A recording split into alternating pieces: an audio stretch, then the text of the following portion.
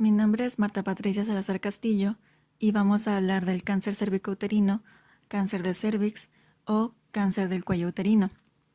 Esta es una neoplasia altamente prevenible, además de curable, ya que tenemos métodos para tamizaje, diagnóstico y tratamiento, además de contar con una vacuna.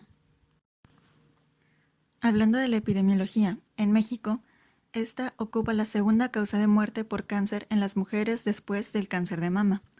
Y aunque las tasas de incidencia y mortalidad aumentan con la edad, la mayor incidencia del cáncer cervicouterino recae sobre mujeres de entre 35 y 54 años. Respecto a la etiología del cáncer cervicouterino, se sabe que el virus del papiloma humano desempeña una función causal necesaria en la carcinogénesis en el cuello uterino, incluyendo muchos tipos, pero destacando sobre todo los tipos 16 y 18. La infección por el virus del papiloma humano es transmitida sexualmente y es la más frecuente en todo el mundo. Sin embargo, en la mayoría de las mujeres, la infección es asintomática y un 80% de ellas desaparece de forma espontánea en un periodo que va de 12 a 18 meses. Pero, además de la infección por el virus del papiloma humano, existen otros factores de riesgo asociados. Estos son inicio de vida sexual a temprana edad, múltiples parejas sexuales, estados de inmunodepresión, un historial de enfermedades de transmisión sexual, multiparidad y tabaquismo. En cuanto a porcentajes, según el reporte histopatológico de neoplasias en México, el carcinoma epidermoide ocupa 91.5% de los casos. Después está el adenocarcinoma con 3.7% y el carcinoma adenoescamoso con 1.7% en el último lugar. Hablando del cuadro clínico, como ya dijimos, la presentación suele ser asintomática y el primer signo viene siendo la descarga o hemorragia transvaginal anormal. Esta puede presentarse poscoital, intermenstrual, como menorragia o posmenopáusica. Este síntoma aparece relativamente temprano en tumores ubicados en exocervix, ya que en endocervix solamente hay evidencia cambios sutiles incluso en lesiones avanzadas. Puede además haber datos clínicos que nos indican una enfermedad más avanzada, como poliaquiuria, disuria, dolor pélvico, edema de miembros inferiores o presencia de fístulas hacia el recto o la vejiga. Pasando al diagnóstico, es importante realizar el tamizaje por medio de la citología cervical, la cual conocemos como Papá-Nicolau. En adición, debemos también tener la historia clínica cuidadosa para poder identificar factores de riesgo y posibles manifestaciones clínicas tempranas. También podemos utilizar exámenes auxiliares como colposcopía, visualización cervical con ácido acético, prueba de Schiller, prueba de biología molecular e histopatología. Aquí tenemos un pequeño algoritmo. El tamizaje se debe realizar en cualquier paciente femenino con vida sexual. Tenemos que contar con historia clínica, exploración con espejo vaginal y citología cervical. Si resulta normal, entonces puede acudir a revisión y citología cervical según el médico lo indique.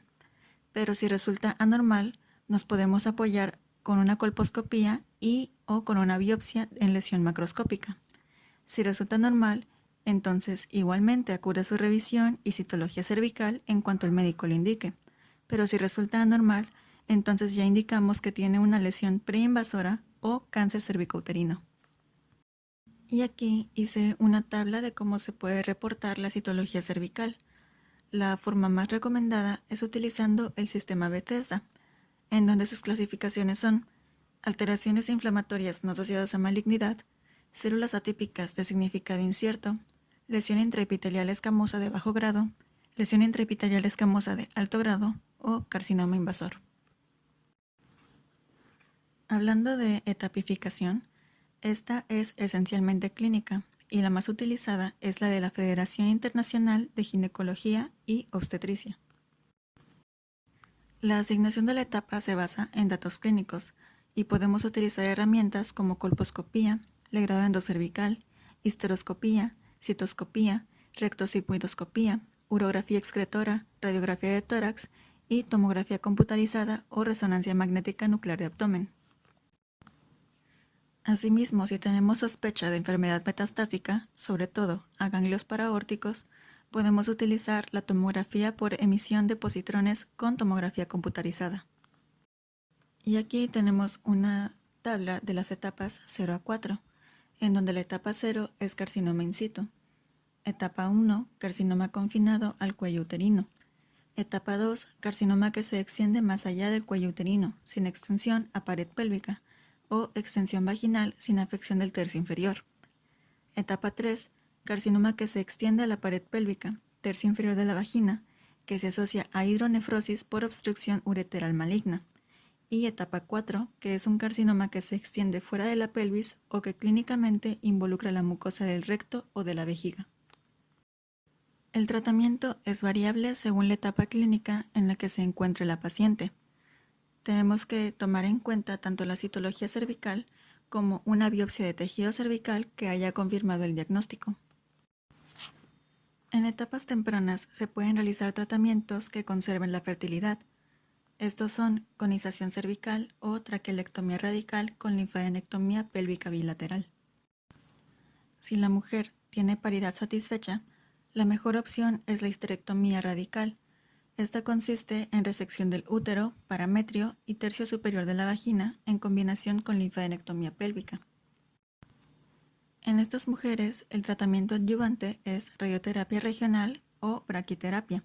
Depende del análisis histopatológico de los márgenes quirúrgicos, así como del estado ganglionar. Y en pacientes con etapas más avanzadas, el tratamiento de elección es quimiorradioterapia y la quimioterapia se basa en cisplatino. Por último, el pronóstico también está determinado por la etapa. La supervivencia global a 5 años es del 88% en etapa 1, 64% en etapa 2, 35% en etapa 3 y 13% en etapa 4.